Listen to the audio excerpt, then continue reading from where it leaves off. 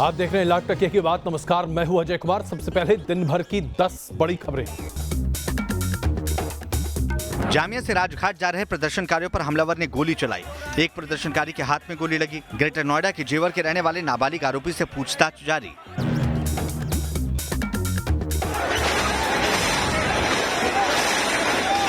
जामिया में फायरिंग से अफरा तफरी मची। दिल्ली पुलिस ने प्रदर्शनकारियों से शांति की अपील की। एहतियात के तौर पर 3 मेट्रो स्टेशन बंद किए गए। प्रदर्शनकारियों ने बैरिकेड्स तोड़ दिए। पुलिस से झड़प हुई।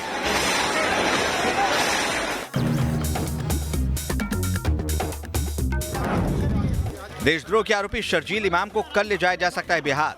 शर्जील ने पूछताछ में वीडियो सही होने की बात कबूल की। खुद को बताया इस्लामिक राष्ट्र समर्थक। दिल्ली चुनाव में भड़काऊ बयानों को लेकर चुनाव आयोग सख्त हुआ। अनुराग ठाकुर के प्रचार पर 72 घंटे तो प्रवेश वर्मा के प्रचार पर 96 घंटे की रोक। प्रधानमंत्री नरेंद्र मोदी राजघाट पहुंचे। गांधी स्मृति जाकर राष्ट्रपिता महात्मा गांधी को श्रद्धांजलि दी। राहुल के विवादित बयान पर बीजेपी का पलटवार। कहा बापू के रास्ते पर चल रहे हैं पीएम मोदी। राहुल ने कहा था गोडसे और पीएम मोदी की एक ही विचारधारा। अबू आजमी के बेटे फरहान आजमी की विवादित बोल। कहा अयोध्या में बनाऊंगा बाबरी मस्जिद। बीजेपी ने कहा शिवसेना की चुप्पी सही नहीं। निर्भया के दोषी अक्षय का पैंतरा फिर फेल। सुप्रीम कोर्ट ने खारिज की क्यूरेटिव पिटीशन। 1 फरवरी को दी जानी है निर्भया के दोषियों को फांसी। चीन के वुहान सिटी से भारतीयों को निकालने का फैसला। शुक्रवार से भारतीय नागरिकों को एयरलिफ्ट किया जाएगा। चीन ने 250 भारतीयों को वापस भेजने की इजाजत दी।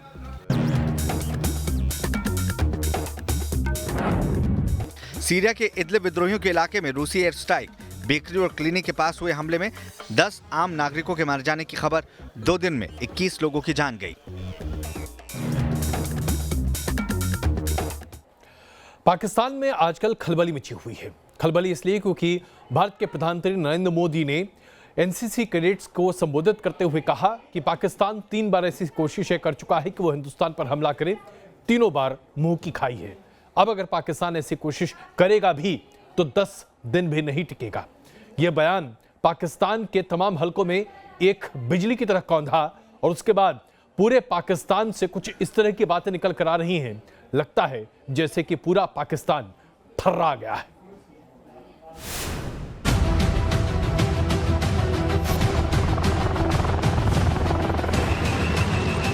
न हिंदुस्तान के किसी टैंक ने गोले बरसाए, न हिंदुस्तानी तोपों को ऐसी फायरिंग करनी पड़ी, न दुश्मन पर इंडियन एयरफोर्स का कहर टूटा, न हिंदुस्तान की ओर से एक भी गोली चली। लेकिन पाकिस्तान पसीने पसीने हो गया। पाकिस्तान के मीडिया में कोहराम मच गया। खौफ है कि हिंदुस्तान ने हफ्ते 10 दिन में धूल चटाने की बात क्यों कही। हमारी सेनाओं को उसे धूल चटाने में हफ्ते 10 दिन से ज्यादा का समय नहीं लगता। पाक मीडिया में कोई कह रहा है कि भारत से भिड़ना मत। कोई कह रहा है कि पूरी दुनिया भारत की ही सुनती है। कोई कह रहा है कि भारत से जंग की छोड़ो, पीओके बचाओ। पीएम मोदी के ताजा बयान को सुनकर पाकिस्तान को 1971 याद आने लगा है, जबकि भारत ने पाक को सिर्फ चेतावनी दी है।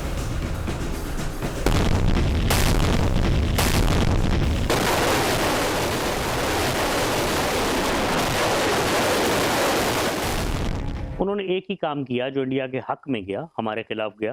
वो बांग्लादेश अलहदा हुआ। पाकिस्तान से ईस्ट पाकिस्तान अलहदा हुआ, बांग्लादेश बना।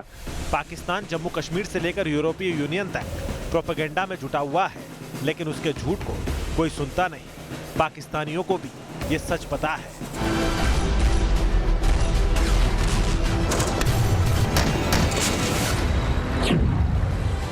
बात देखिए, ये $3.2 ट्रिलियन की इकोनॉमी है। $845 अरब का वॉल्यूम ऑफ ट्रेड है। $330 अरब की एक्सपोर्ट है।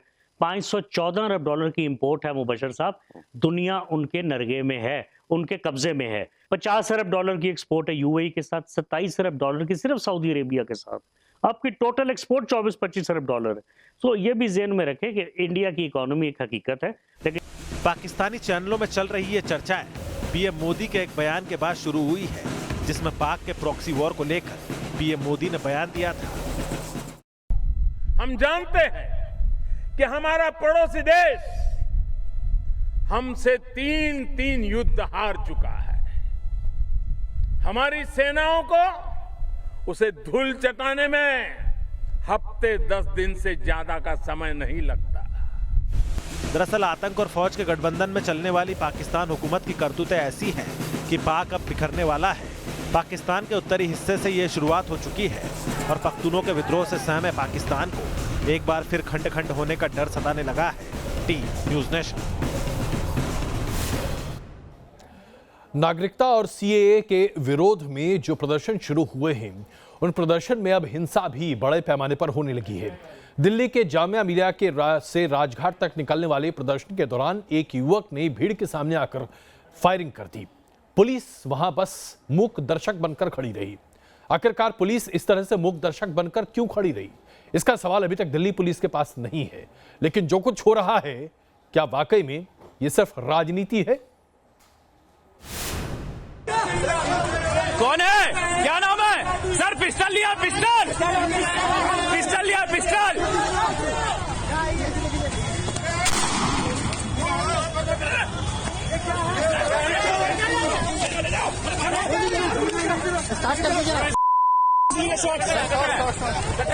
गोली किसको मारी है? गोली किसको मारी है? सर शॉट लो, शॉट। सर शॉट लो, शॉट। सर शॉट लो, शॉट। क्या नाम है तुम्हारा? क्या नाम है? क्या नाम है तुम्हारा?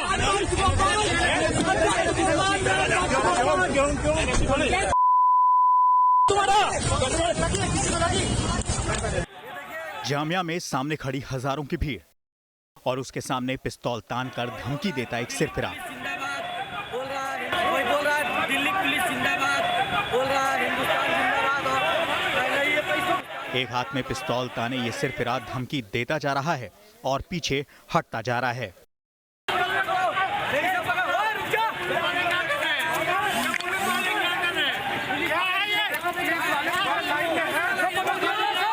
वो अंदाजा लगाता है कि पुलिस कितनी दूर खड़ी है और इसी दौरान उसके पिस्तौल से गोली भी चलती है और सामने एक युवक के हाथ में लग जाती है। एक महिला और एक पुरुष जख्मी लड़के को लेकर तेजी से आगे बढ़ते हैं, लेकिन बैरिकेडिंग लगे होने के कारण जख्मी युवक को खुद बैरिकेड पर चढ़ना पड़ा, तब जाकर वो बाहर निकल पाया। एक लड़का था जो यहाँ से कूदता हुआ आया है और प्रोटेस्ट के आगे आके गोल्डन कलर के 315 का कट्टा था उसके हाथ में। सबके सामने, प्रोटेस्टर के सामने, जो पुलिस यहाँ पे ऑलरेडी खड़ी थी, बट वो इधर से आया है जम करके। सामने उसने कट्टा ताना है और बोला है कि आओ तुम्हें मैं आज़ादी देता हूँ। और जब लोगों ने कहा कि मीडिया कर्मी भी थे, जो बहुत लोगों ने उस कैप्चर को किया है, उसने फिर बैक हटाया थोड़ी सी। जब तक पुलिस इधर से आती उतने में वो एकदम सामने, कोई ऊपर नहीं कोई नीचे नहीं, एकदम सामने उसने फायर किया। जख्मी को अस्पताल ले जाया गया और आरोपी को पुलिस ने पकड़ा और पता चला है कि वो जेवर का रहने वाला है। जामिया में हुई घटना में किसी की जान तो नहीं गई, लेकिन जिस तरीके से पूरी पुलिस तैनाती के बीच घुसकर एक सिरफिरे ने गोली चलाई है, उससे आशंका बढ़ने लगी है कि नागरिकता कानून को लेकर दिल्ली में हालात बिगाड़ने की सियासी साजिश होने लगी है। Syed Ahmed Hussain, News Nation, Delhi.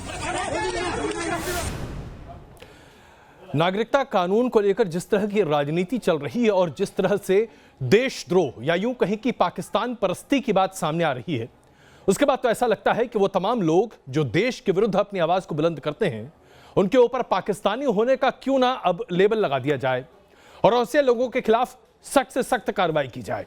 क्योंकि जिस तरह का आग या यूं कहीं कि जहर ये उगल रहे हैं, ये कोई देशद्रोही नहीं, ये कोई दुश्मन ही उगल सकता है।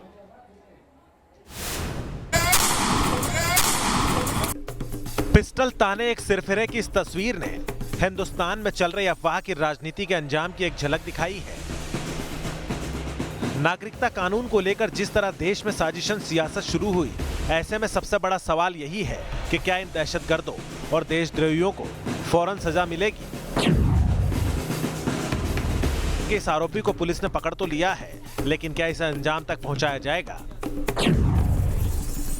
हिंदुस्तान को टुकड़े करने वाला, असम को भारत से अलग करने वाला, भारत को इस्लामिक राष्ट्र बनाने का सपना देखने वाले शर्जिल से पूछताछ में भयानक राज खुल रहे हैं। क्या इसे सजा मिलेगी? अफवाह की बुनियाद पर कानून के बहाने सरकार के विरोध की मानसिकता क्या इतनी जहरीली हो सकती है कि सेना तक पर उंगली उठाए? यहाँ का जो रूलिंग क्लास है और पाकिस्तान के रूलिंग क्लास एक जैसे हैं। वहाँ का आर्मी और हमारा आर्मी भी एक जैसा है। वहाँ का आर्मी अपने लोगों को मारता है, हमारा आर्मी भी अपने लोगों को मारता है। दोनों में कोई अंतर नहीं है। क्या देश की सेना को दहशतगर्दों की फौज के बराबर बताना देशद्रोह नहीं है? क्या इन्हें सजा मिलेगी? ये सवाल इसलिए है क्योंकि देश के मौजूदा हालात में गोपाल और शर्जिल पैदा करने वाले सियासतदान मंचों से भाषण तो दे देते हैं, लेकिन मुल्क में फैले इस जहर का असर पूरे देश को झेलना पड़ता है। इसलिए सवाल है कि क्या उन्हें सजा मिलेगी?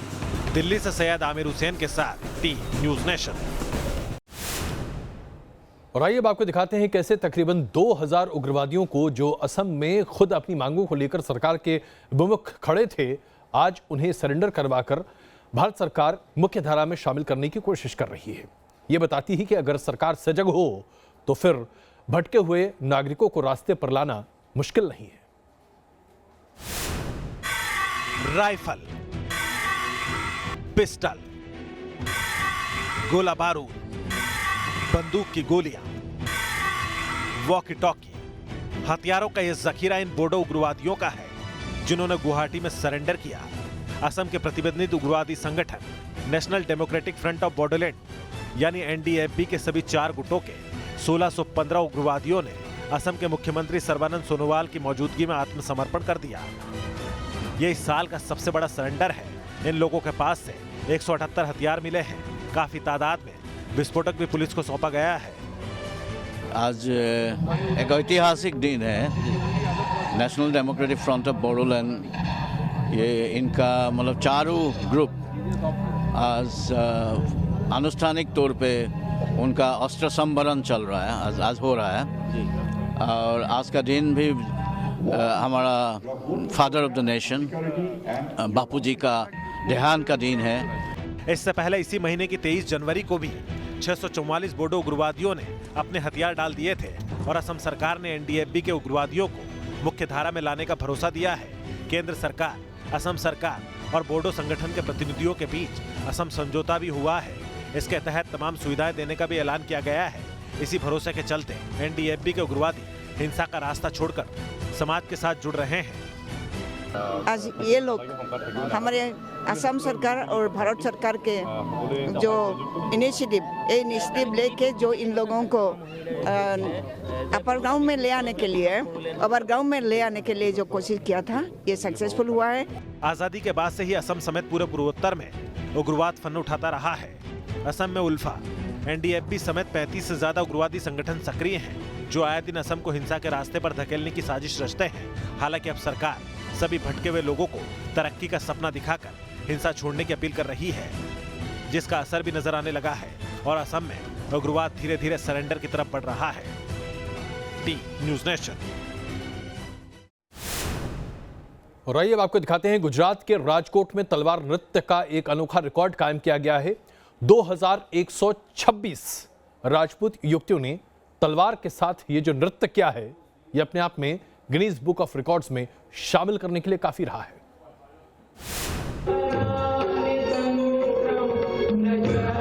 हाथ में तलवार, हवा में तलवार लहराती युवतियां, एक साथ ऊपर की तरफ उठती कई तलवारें, तलवार लेकर डांस करती युवतियां। तलवार के साथ नजर आ रही ये राजपूत युवतियां कोई शक्ति प्रदर्शन नहीं कर रही हैं, बल्कि ये यहाँ जमा हुई है एक अनोखे रिकॉर्ड को बनाने के लिए। ये तस्वीरें गुजरात के राजकोट की है। यहाँ 2126 युवतियों ने एक साथ तलवार नृत्य पेश किया। जिस तरह से युद्ध के मैदान में दुश्मन का तलवार से मुकाबला किया जाता है, उसी अंदाज में इन युवतियों ने तलवार के साथ कलाबाजियां की। इन युवतियों ने तलवार के जरिए ऐसे ऐसे करतब दिखाए कि वहां मौजूद लोगों में भी जोश भर गया। तलवार के साथ 2126 युवतियों के इस अनोखे नृत्य को गिनीज बुक ऑफ रिकॉर्ड में दर्ज किया गया है। दरअसल सौराष्ट्र के राज परिवार के मानदाता सिंह जडेजा के राजतिलक समारोह में इस तलवारबाजी का आयोजन किया गया। इस दौरान राज परिवार के तमाम सदस्य भी मौजूद थे। इस समारोह में देश के करीब 100 राज परिवार और कई बड़ी हस्तियों को भी आमंत्रित किया गया और तलवार राज की तस्वीरों ने हर किसी का दिल जीत लिया। T news nation. महाराष्ट्र के मुख्यमंत्री उद्धव ठाकरे ने घोषणा की कि वो अयोध्या जाने वाले हैं क्योंकि उनकी सरकार के 100 दिन पूरे हो सकते हैं। ऐसे में समाजवादी पार्टी के नेता अबू आजमी के बेटे ने यह घोषणा की कि अब वो अयोध्या में मस्जिद बनवाएगा। सवाल ये उठता है कि जब अयोध्या मामले पर एक तरह से पूर्ण विराम लग चुका है क्योंकि सुप्रीम कोर्ट का फैसला सामने है, रिव्यू पिटीशन पर अभी सुप्रीम कोर्ट ने अपनी बात सामने रखी नहीं है, तो फिर इस तरह की धमकी देकर क्या सामाजिक सौहार्द बिगाड़ने की कोशिश की जा रही है? अयोध्या में मस्जिद बनाने की धमकी। वो राम मंदिर का निर्माण करेंगे, हम बाबरी मस्जिद का निर्माण करेंगे। सीएए के नाम पर 2.5 बिलियन मुसलमानों की धौंस। हम 2.5 बिलियन से ज्यादा हैं दुनिया में। सुना आपने, ये फरहान आजमी है, समाजवादी पार्टी के नेता अबू आजमी का बेटा।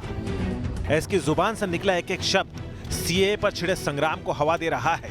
ये न सिर्फ खुलेआम धमकी दे रहा है, बल्कि इतना तिलमिलाया हुआ है कि जिस जमीन पर राम मंदिर के हक में फैसला सुप्रीम कोर्ट ने सुनाया है, उसी जमीन पर मस्जिद बनाने की बात कर रहा है। उद्धव ठाकरे जी ने अयोध्या का टिकट निकाला तो हम लोग यहां से पैदल निकलेंगे अयोध्या के लिए और हम लोग साथ जाएंगे, लेकिन एक कंडीशन होगा कि वो राम मंदिर का निर्माण करेंगे, हम बाबरी मस्जिद का निर्माण करेंगे। दरअसल महाराष्ट्र के सीएम उद्धव ठाकरे 7 मार्च को अयोध्या जाने वाले हैं और रामलला के दर्शन करने वाले हैं। उद्धव के इसी ऐलान से अबू आजमी के बेटे को मिर्ची लग गई।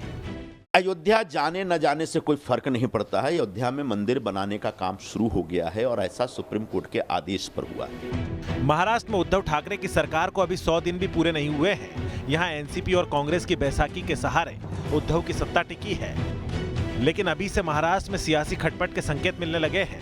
ऐसे में जब उद्धव अयोध्या जाकर रामलला के दर्शन करेंगे तो उनके साथ ही कांग्रेस और एनसीपी का रवैया देखने लायक होगा।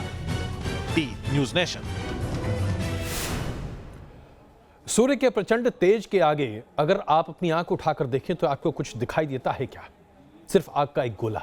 लेकिन जब आप सूर्य की सतह को बारीकी से परखने की कोशिश करें एक दूरबीन यानी कि टेलीस्कोप के जरिए, तो फिर आपको दिखेगा स्वर्ण के छोटे छोटे कण जो कि सूर्य की सतह पर दिखाई देते हैं। यह सोना नहीं है, लेकिन उससे कम भी नहीं है।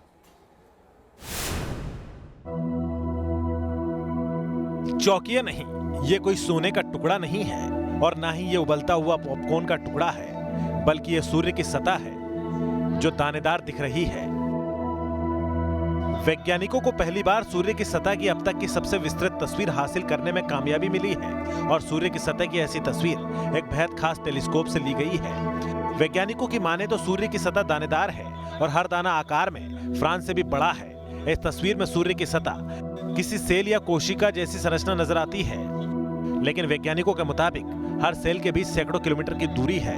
यह तस्वीर सूर्य की सतह पर मौजूद संरचनाओं को दिखाती है। नेशनल साइंस फाउंडेशन के डायरेक्टर फ्रांस कोर्डोवा का कहना है कि ये सौर सतह की अब तक की सबसे हाई रिजोल्यूशन की तस्वीरें हैं। पहले हमें लगता था कि वो एक रोशनी के बिंदु की तरह दिखती है, लेकिन अब वो कई छोटी छोटी संरचनाओं में नजर आ रही है। पृथ्वी से सूर्य की दूरी करीब 15 करोड़ किलोमीटर है। ऐसे में अमेरिका के हवाई के नेशनल साइंस फाउंडेशन ने इन तस्वीरों को हासिल करने के लिए इनोई सोलर टेलीस्कोप का इस्तेमाल किया। तस्वीरें लेने वाला दूरबीन दुनिया का सबसे बड़ा दूरबीन है जो अमेरिका के हवाई द्वीप माऊ में मौजूद है। इस टेलीस्कोप को एक पहाड़ की चोटी पर रखा गया है, जिससे सूर्य की सतह की ऐसी तस्वीर दुनिया के सामने पहली बार आ सकी है। सूरज का कोरोना यानी केंद्र सतह के मुकाबले बेहद गर्म है। कोरोना का तापमान लगभग 10 लाख डिग्री केल्विन है, जबकि सतह का तापमान करीब 8000 केल्विन है। T news nation.